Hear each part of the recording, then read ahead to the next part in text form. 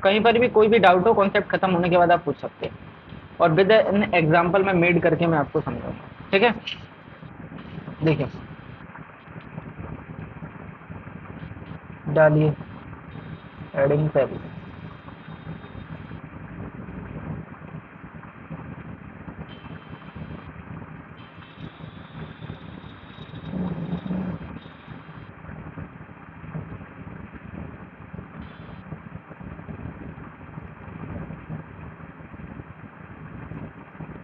रिक्त समुच्चय। अब रिक्त समुच्चय किसे कहते हैं? जैसे कोई भी समुच्चय है, अगर उसमें कोई भी अवयव नहीं है तो हम उसे रिक्त समुच्चय कहेंगे। ठीक है, सच एग्जाम्पल जैसे दो तरीके से दूंगा इसका एग्जाम्पल। अब आप रिक्त समुच्चय को रोस्टर रूप में भी रिप्रेजेंट करोगे, और उसे आप समुच्चय निर्माण रूप में भी समझ सकते हैं। कैसे? देखो, रिक्त का मतलब क्या होता है? रिक्त का मतलब होता है खाली, और समुच्चय मतलब सेट, खाली सेट, मतलब ऐसा सेट जिसमें कोई अवयव ना हो। सेट मतलब समुच्चय,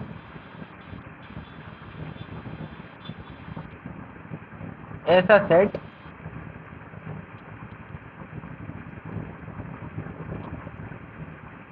जिसमें कोई अवयव ना हो।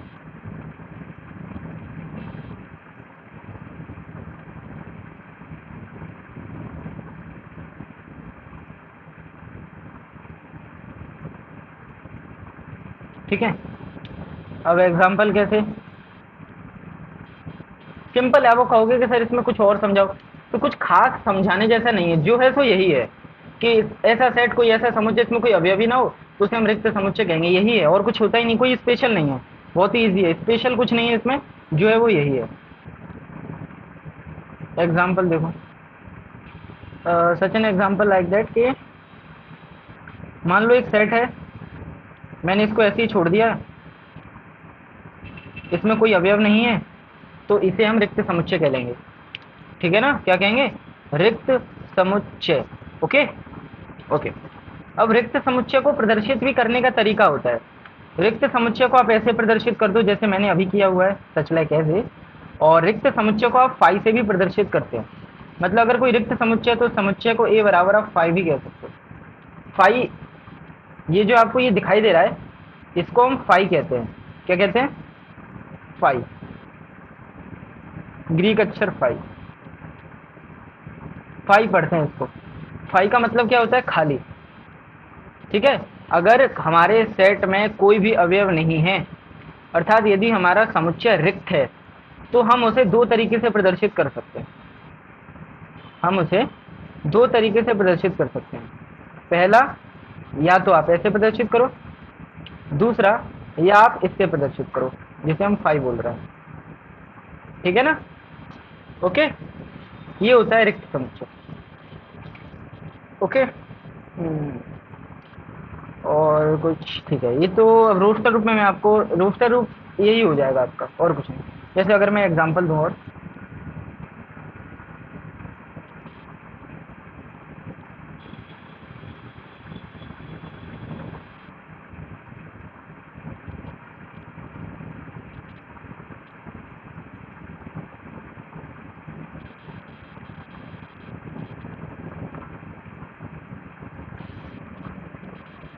अगर मैं आपको और कुछ एग्जांपल्स दूं, देखो कुछ इस तरीके से हैं कि अगर आपके पास एक सेट है ऐसे लिखा हुआ है, और एक सेट ऐसे है, तो इनमें से कौन सा रिक्त समुच्चय है? तो ये वाला खाली है, इसमें कोई नहीं है, तो ये रिक्त समुच्चय होगा। और इसमें अवयव है, एक अवयव ही सही, लेकिन अवयव तो है, तो ये रिक्त समुच्चय हमारा नहीं होगा। ठीक है, इस तरीके से आपको रोस्टर रूप में चीजें मिलेंगी। किसमें? रोस्टर रूप में कुछ इसी तरीके से मिलेगा आपको, रोस्टर रूप कुछ इसी तरीके से मिलेगा। बट समुच्चय निर्माण इस रूप इज टोटली डिफरेंट, वो लिख के ही होगा। जैसे अगर मैं आपसे कहूं एक समुच्चय है ए, और उस समुच्चय में जो अवयव हैं वो एक्स के प्रकार के हैं, एक्स के प्रकार के, और एक्स के जितने भी अवयव हैं वो इस प्रकार से हैं कि एक्स दो अंकों से चलो एक प्राकृत संख्या, चलो x एक प्राकृत संख्या रिप्रेजेंट मान लेते हैं। x एक, गौर से देखना, x एक प्राकृत संख्या, x एक प्राकृत संख्या है तथा वो जो प्राकृत संख्या x है वो लाइज हो रही है, लाइज कहाँ से कहाँ पे, 2 और 3 के बीच। अब मेरे को एक रोस्टर रूप बना के दिखाओ इसका। विक्टर, मेरा सवाल ये है कि आप इसका एक रोस्टर रूप बना के दिखाओ। ये समुच्चय निर्माण रूप में है, आप इसका रोस्टर रूप बना के दिखाओ। आपके पास एक ऐसा समुच्चय है ए, उसमें जितने भी अवयव वो x के प्रकार के हैं, और जो अवयव x है वो इस प्रकार हैं कि वो एक प्राकृत संख्या है तथा x जो है वो 2 और 3 के बीच, मतलब जो प्राकृत संख्या है वो 2 और 3 के बीच प्राकृत संख्या है। तो क्या आप इसका एक रोस्टर रूप बना सकते हैं? कौन कौन से अवयव आ रहे हैं इसके अंदर?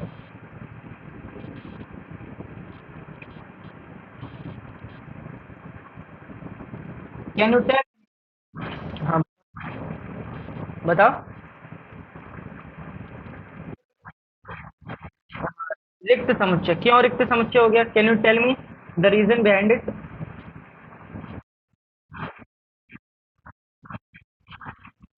ठीक है, वेरी गुड, ओके, ठीक है। तो आपका आंसर बिल्कुल ठीक है। तो इस तरीके से आप बहुत अच्छे तरीके से समझ सकते हैं, अगर समुच्चय निर्माण रूप कोई लिखा हुआ है और अगर हम उसका रोस्टर रूप बना रहे हैं और कोई भी अवयव अगर हमको फाइंड आउट नहीं हो पा रहा है, फाइंड आउट मतलब मिलना, तो मिल नहीं पा रहा है, हम खोज नहीं पा रहे हैं, तो दैट्स इट, उसका जो आंसर है वो फाई है, मतलब हम कह सकते हैं कि वह एक रिक्त समुच्चय है। ठीक है, इसे हम चाहें तो ऐसे प्रदर्शित कर दें या फिर इसे हम चाहें तो ए बराबर फाई से डायरेक्ट प्रदर्शित कर दें तो भी ठीक होगा। ओके, समझ गए? चलो ठीक है, ये टॉपिक तो हुआ हमारा कंप्लीट।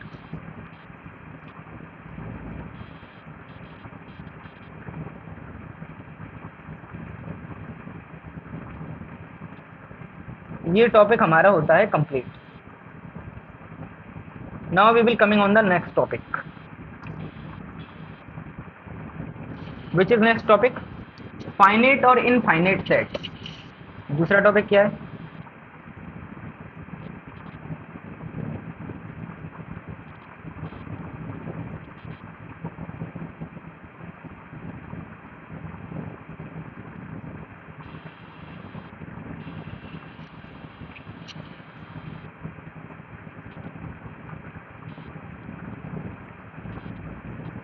फाइनाइट और इनफाइनाइट सेट। हिंदी में कहें तो फाइनाइट का मतलब होता है परिमित, परिमित मतलब निश्चित, निश्चित परिमित व, और नहीं कहेंगे, इसे हम एंड कहेंगे। और का मतलब यह होता है परिमित व अपरिमित समुच्चय।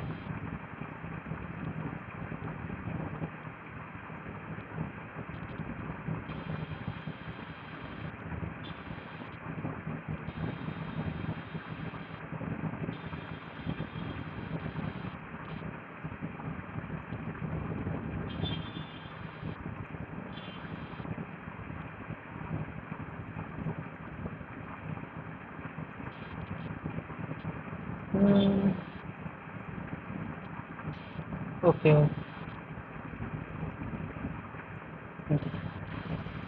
परिमित और अपरिमित। ओके विक्टर, नाम से मेरे को बता सकते हो क्या पता चल रहा है आपको?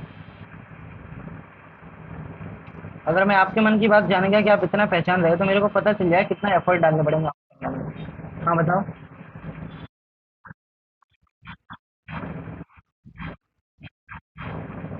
अपरिमित मतलब? देखो नहीं है, परिमित का मतलब समझो, मैं आपको 2 वर्ड बोलूंगा, मैं ज़्यादा एफर्ट्स नहीं डालता। ठीक है, देखो, बहुत इजी वे में समझो, बहुत इजी वे में, कोई हार्ड नहीं है, बहुत इजी चीज़ है। और अगर इजी चीज़ में भी ज़्यादा टाइम दिया जाए तो उसे हम डलनेस कहते हैं। डलनेस मतलब डमी फुल कहते हैं, मतलब बेवकूफ़ी। परिमित का मतलब होता है निश्चित, परिमित मतलब निश्चित, फाइनाइट का मतलब ही निश्चित होता है।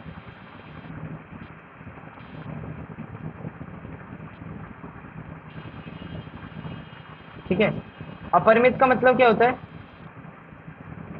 अनिश्चित।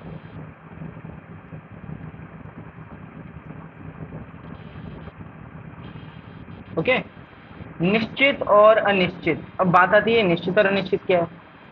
तो देखो, निश्चित चीज का मतलब है कि निश्चित समुच्चय। आप परिमित एक बार अपरिमित और भूल जाओ, इसे आप निश्चित और अनिश्चित समुच्चय नाम देके बोलो। आप इसे निश्चित और अनिश्चित समुच्चय नाम देके बोलिए। कैसे बोलेंगे? निश्चित का मतलब होता है कि अगर कोई चीज डेफिनेट हो, मतलब इससे यार देखो मैं समझाता हूँ, एग्जाम्पल से समझो, through the example, through the example कि मान लो आपके पास एक सेट है, आपके पास एक सेट है, उस सेट का नाम है सेट ए। क्या नाम है? सेट ए। सेट। तो सेट ए में क्या है? क्या आप मेरे को प्रथम 10 प्राकृत संख्या लिख सकते हैं? Yes, why not. We will wrote down as, हम प्रथम 10 प्राकृत संख्या लिखते हैं। 1 2 3 4 5 6 7 8 9 10। क्या मेरे को बताओ विक्टर, इसमें प्रथम 10 प्राकृत संख्याओं का एक सेट है। क्या अगर मैंने 10 प्राकृत संख्या लिखी है तो मैं इससे ज्यादा भी लिखूंगा? जब मैंने 10 का सेट बनाया हुआ है तो मैं 10 का ही तो बनाऊंगा कि ज्यादा का बनाऊंगा? ऑब्वियसली बात है, मैं 10 का ही बनाऊंगा। 10 का ही बनाऊंगा। तो अब मेरी बात, मैं जो लाइनें बोलूंगा, अब मैं थोड़ा पानी पी लेता हूँ, लेकिन याद रखना जो लाइनें अब मैं बोलने वाला हूँ उन लाइनों को अपने भेजे में उतारना। मैं जो भी बात कहूँ ना, उन लाइनों को अपने भेजे में आप उतार लेना।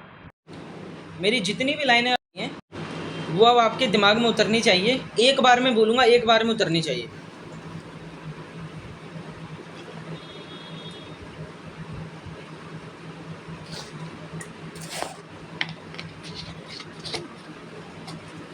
लाइन ये है कि अगर आपके पास एक समुच्चय है, अगर आपके पास एक समुच्चय है और अगर उस समुच्चय में उपस्थित अवयवों की संख्या निश्चित है, मतलब अगर किसी सेट में पहले से ही 10 अवयव हैं या 30 अवयव हैं या 50 हैं, 100 हैं, 500 हैं, मतलब 4 हैं, 5 हैं, कि अगर किसी समुच्चय में उपस्थित अवयवों की नंबरिंग आप कर सकते हैं, मतलब उन्हें गिन सकते हैं कि उस समुच्चय में इतने ही अवयव हैं, उससे ज़्यादा अवयव नहीं हैं।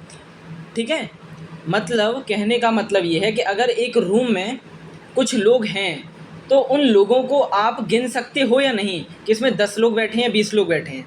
अगर वही है कि अगर किसी रूम में उपस्थित जितने भी लोग हैं उनकी संख्याओं को आप गिन सकते हैं, तो वो एक निश्चित है कि मतलब इससे ज़्यादा लोग नहीं हैं। ठीक उसी प्रकार अगर किसी समुच्चय में उपस्थित अवयवों की संख्या को गिना जा सकता है कि हाँ इसमें 10 अवयव हैं, 20 अवयव हैं, पहले से उतने ही अवयव हैं, उससे ज़्यादा अवयव नहीं है, तो वह एक निश्चित समुच्चय होता है जिसे हम परिमित समुच्चय कहते हैं। परिमित मतलब डेफिनेट या फाइनेट, कि हाँ भाई डेफिनेट है, फाइनेट है, इससे ज़्यादा कोई अवयव नहीं है उसमें। ठीक है, 10 अवयव है, 10 ही हैं।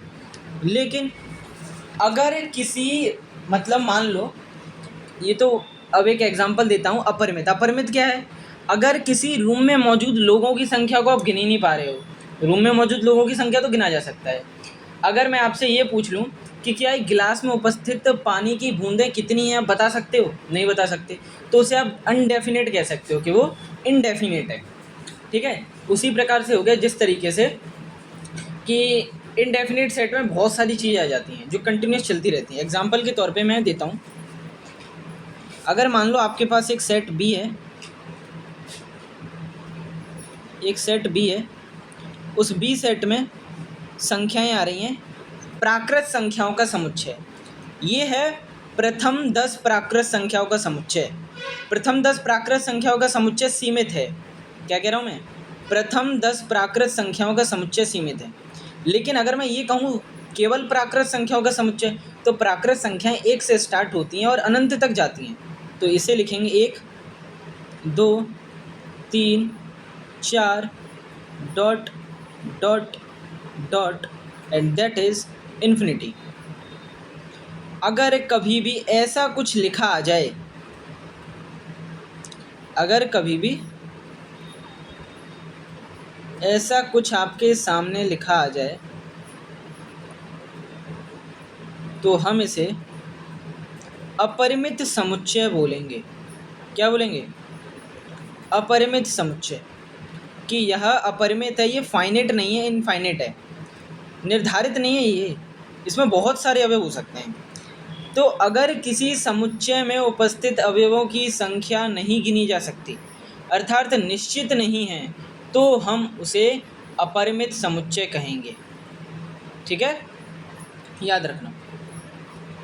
अवयव निश्चित हैं तो परिमित समुच्चय, अवयव अनिश्चित है मतलब अनंत हैं, गिने ही नहीं जा सकते, तो वो अपरिमित समुच्चय है। केवल इतना लिखना काफ़ी है इसमें। अब आप इसमें कहोगे सर परिभाषा लिखा दो लंबी लंबी, तो उन्हें लिखा के क्या फ़ायदा है जब हमें पहले से ही पता चल गया। कितनी नॉर्मल सी चीज़ है कि जिसे गिना जा सकता है वो परिमित है, जिसे नहीं गिना जा सकता वो परिमित है। किसी सेट में उपस्थित अवयवों की संख्या अगर निश्चित है, जिसे गिन सकते हैं, वो परिमित समुच्चय है। अगर किसी सेट में उपस्थित अवयवों की संख्या इतनी ज़्यादा कि हम गिन ही नहीं सकते, और अपरिमित समुच्चय में हमेशा डॉट डॉट का यूज़ करेगा। याद रखना, डॉट डॉट का यूज़ होता है। किसका यूज़ होता है? डॉट डॉट का यूज़ होता है अपरिमित समुच्चय में। ठीक है, इन्फिनिटी नहीं लगाओगे फिर भी चलेगा, लेकिन डॉट डॉट हमेशा यूज़ होता है। एक डॉट, दो डॉट और तीन डॉट। तो तीन डॉट तो हमेशा आते ही आते हैं। ठीक है, तीन डॉट हमेशा आते ही आते हैं, उसकी कोई वो नहीं है।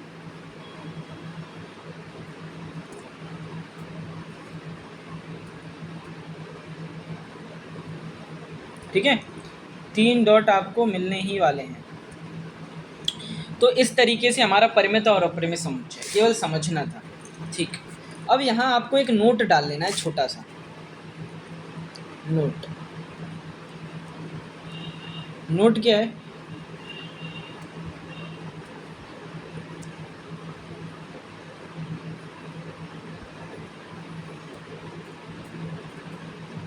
नोट ये है,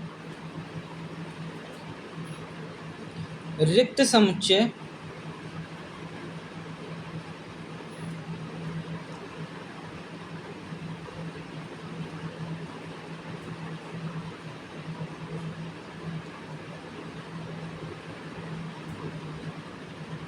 भी एक परिमित समुच्चय है।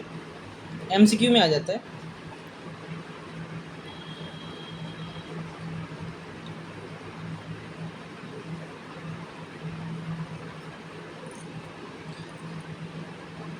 Blank set is also a finite set.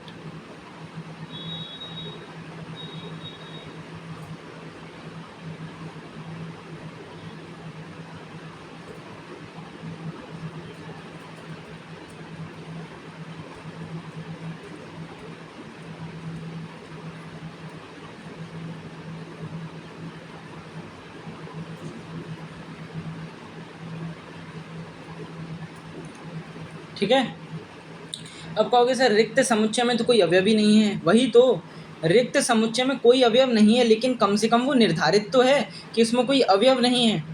जैसे अगर कोई रिक्त समुच्चय है फाई, ऐसे हम ऐसे लिखेंगे, तो इसमें नंबर ऑफ वैल्यूज़ कितने हैं, नंबर ऑफ अवयव कितने हैं इसमें, ये बताओ। तो अवयव इसमें एक भी नहीं है। अवयव एक भी नहीं, इसका मतलब निश्चित है पहले से कि उसमें कोई अवयव नहीं होगा। तो जो चीज़ निश्चित है कि उसमें कोई चीज़ है या कोई चीज़ है ही नहीं, या फिर इतनी चीज़ें हैं, डेफिनेट है, उससे ज़्यादा कोई अवयव नहीं है, तो वो हमारा परिमित है। समझ गए या नहीं विक्टर? बस इतना बताओ मेरे को।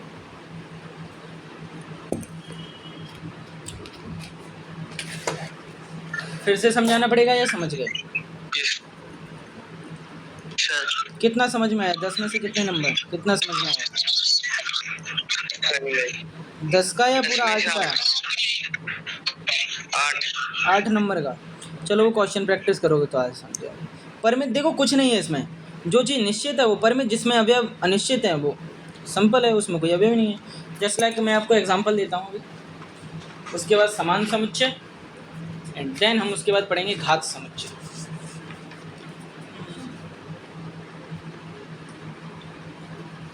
नोट डाउन कर लिया ये?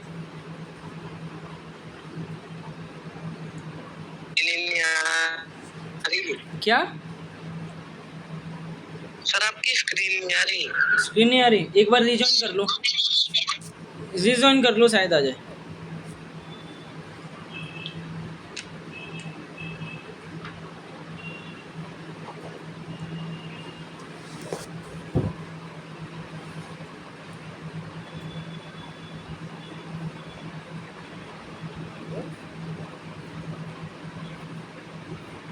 अब आ रही है?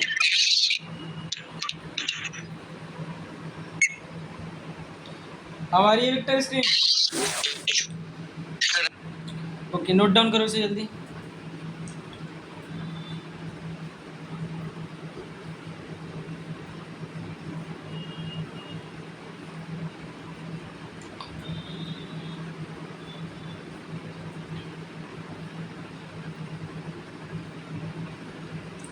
आपके साथ अगर और 2-3 बच्चे होते ना,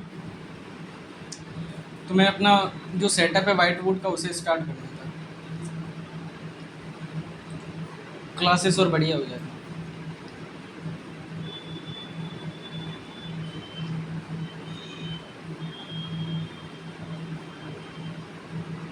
एक्सरे हो गया। देखो आगे, आगे वाला जो सेट है उसे कहते हैं हम समान समुच्चय।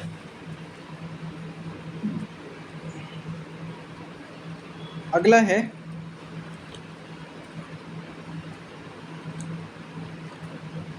तीसरा कॉन्सेप्ट, समान समुच्चय।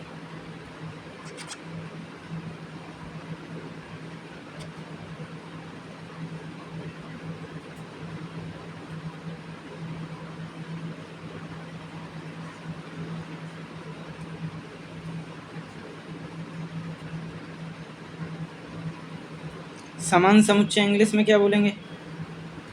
Equal set. मेरे ख्याल से, मेरे को नहीं लग रहा है इसको कुछ ज़्यादा एक्सप्लेन करना पड़ेगा।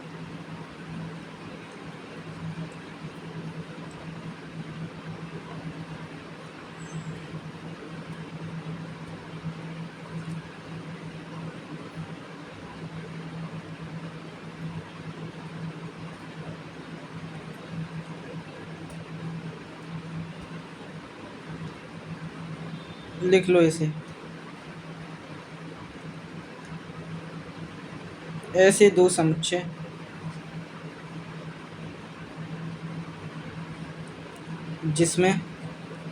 जिनमें समान अवयव हों।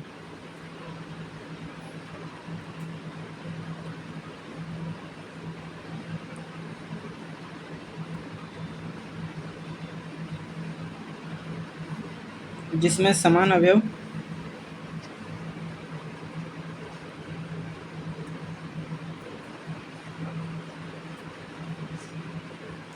जिनमें समान अवयव उपस्थित हैं।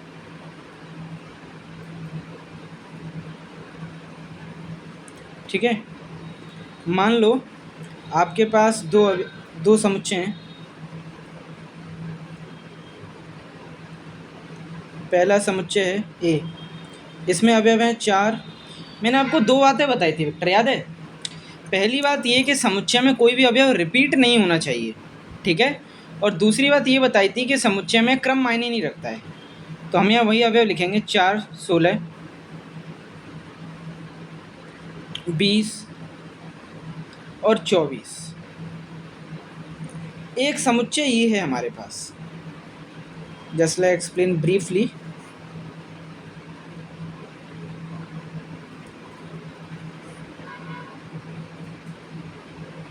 ठीक है, एक समुच्चय और है बी। इसमें भी जो अवयव हैं वो है 4, 16, 20, 24। ठीक है, एक तीसरा समुच्चय हमारे पास 16, 20, 4, 24। एक हमारे पास डी समुच्चय है 4, 20, 24, 16। मेरे को अब ये बताइए, निम्न में से कौन से समुच्चय समान हैं? कौन से समुच्चय समान हैं? बताओ।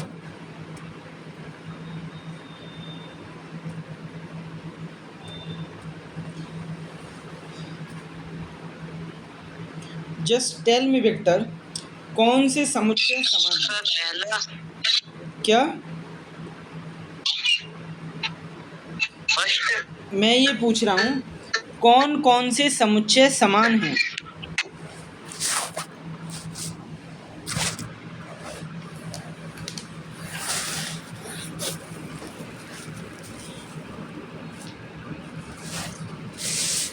बताओ जल्दी। पहला दूसरा देखो, पहला दूसरा गलत।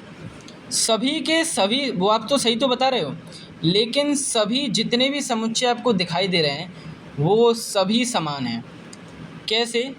प्रत्येक समुच्चय, चाहे समुच्चय ए हो, चाहे सेट बी हो, चाहे सेट सी हो, या चाहे सेट डी हो, प्रत्येक सेट में अवयवों की संख्या समान और इक्वल अवयव हैं। मतलब जितने अवयव इसमें हैं उतने ही अवयव इसमें हैं, और जो अवयव इसमें हैं वही अवयव सभी में हैं। इसमें 4 है, इसमें भी 4 है, इसमें भी है, इसमें भी है। इसमें 16 है, इसमें 16 है, इसमें 16 है, और इसमें भी 16 है।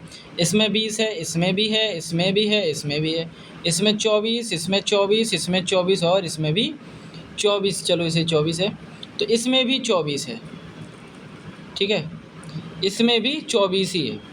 ठीक, तो प्रत्येक सेट में अवयवों की संख्या समान है, केवल जगह एक्सचेंज है। तो मैंने आपको एक बात पहले ही बोली थी कि प्लेस डज नॉट मैटर, क्रम मायने नहीं रखता है। प्लेस डज नॉट मैटर, ठीक है, प्लेस डज नॉट मैटर।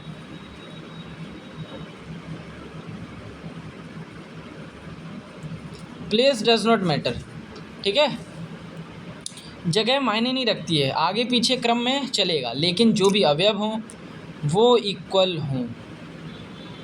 ठीक है, समझ गए? समान समुच्चय किसे कहते हैं? एकदम हूबहू लगने चाहिए। हूबहू का मतलब नाम अलग हो सकते हैं, एक का नाम ए, एक का नाम बी हो सकता है। ठीक है, अलग अलग नाम हो सकते हैं। जो भी अवयव हों वो अवयव आगे पीछे हो सकते हैं, लेकिन अवयवों की संख्या समान और इक्वल अवयव होंगे। जो उसमें होगा हूबहू वैसा ही इसमें दिखाई देगा। इसमें 4, इसमें भी 4, इसमें 5, इसमें। अब ऐसा होगा कि कोई अवयव इसमें हो और कोई अवयव इसमें ना हो, तो उस कंडीशन में अवयव समान नहीं होंगे। 4 हैं तो 4 होने चाहिए और चारों हूबहू दिखाई देने चाहिए। जगह आगे पीछे हो जाए कोई दिक्कत नहीं है। ठीक है, बताओ क्लियर हुआ समान समुच्चय? सर ठीक है, कितना समझ में आया? Sir 10 out of 10। ठीक है, क्योंकि इक्वल समुच्चय में कुछ था नहीं, बहुत इजी है। ठीक, आज की क्लास के जितने भी कॉन्सेप्ट थे वो तो ख़त्म हो गए हैं। आज मैं यही लेके आया था वैसे कि आज मेरे को 3 कॉन्सेप्ट क्लियर कराने हैं बहुत अच्छे तरीके से। ठीक है, और तीनों कॉन्सेप्ट्स को मैंने बहुत बढ़िया तरीके से बताया। अब आगे जो सेट आएगा, आगे जो भी सेट है, अब तो एक्सरसाइज है इसकी, बहुत सिंपल एक्सरसाइज है। मैंने जितनी भी चीज़ें बताई हैं ना, केवल आप उसे करके अगर एक्सरसाइज करने बैठोगे तो भी आप सारे के सारे क्वेश्चंस करके उड़ा दोगे, इतना मेरे को पता है। ठीक है, एक बार आपको होमवर्क दे रहा हूँ, नोट कर लिया ये पूरा?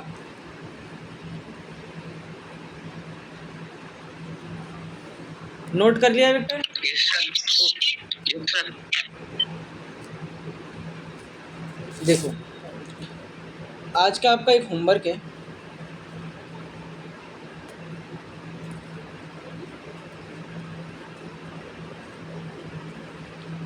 एक्सरसाइज 1.2 कंप्लीट करनी है आप। ठीक है, अब देखो मैं इसका क्वेश्चन बताता हूँ। क्वेश्चन नंबर 1 बहुत इजी है, आपको केवल इसमें ये बताना है कि रिक्त समुच्चय कौन सा है।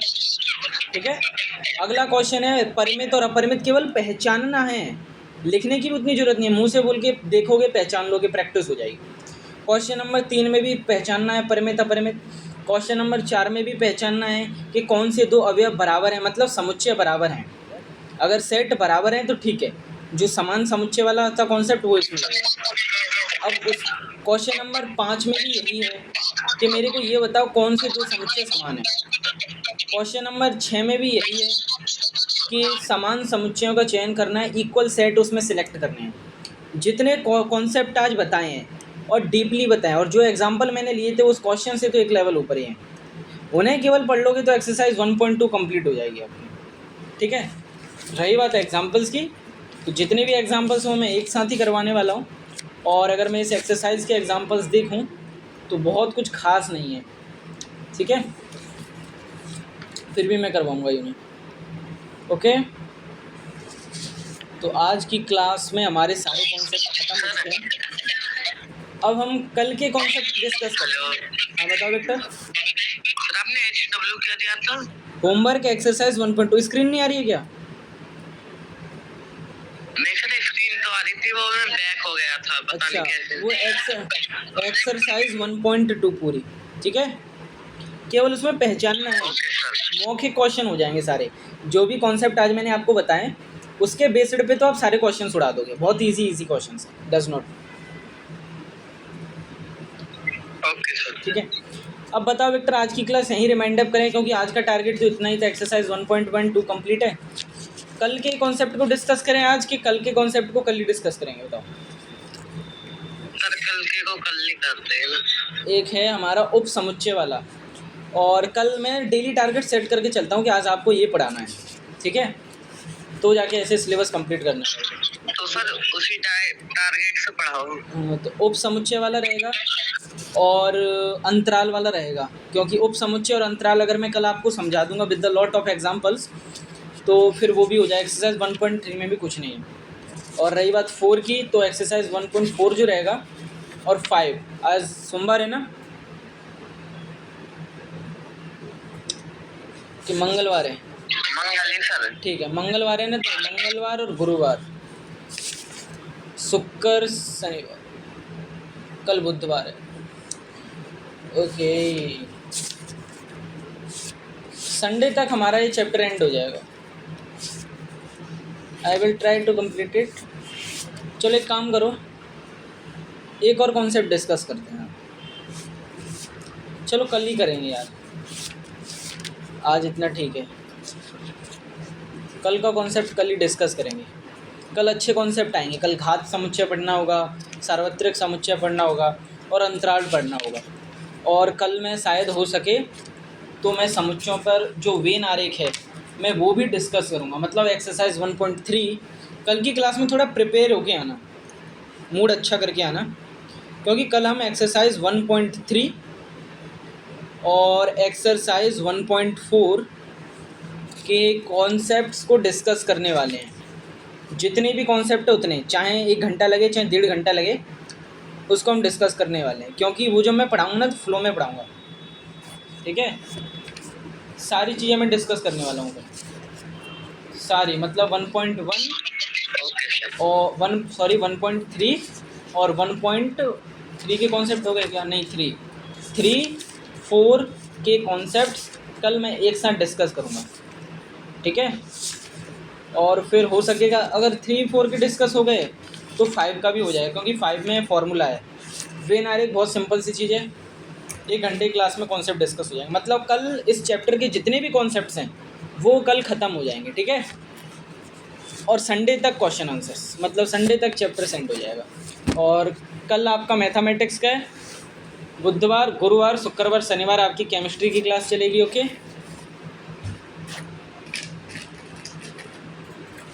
ठीक है, आज की क्लास का कोई doubt Victor? No sir. Okay ठीक है, तो मिलते हैं कल की क्लास में। होमवर्क जरूर कंप्लीट करना और मेरे को बताना। Okay okay sir. ठीक।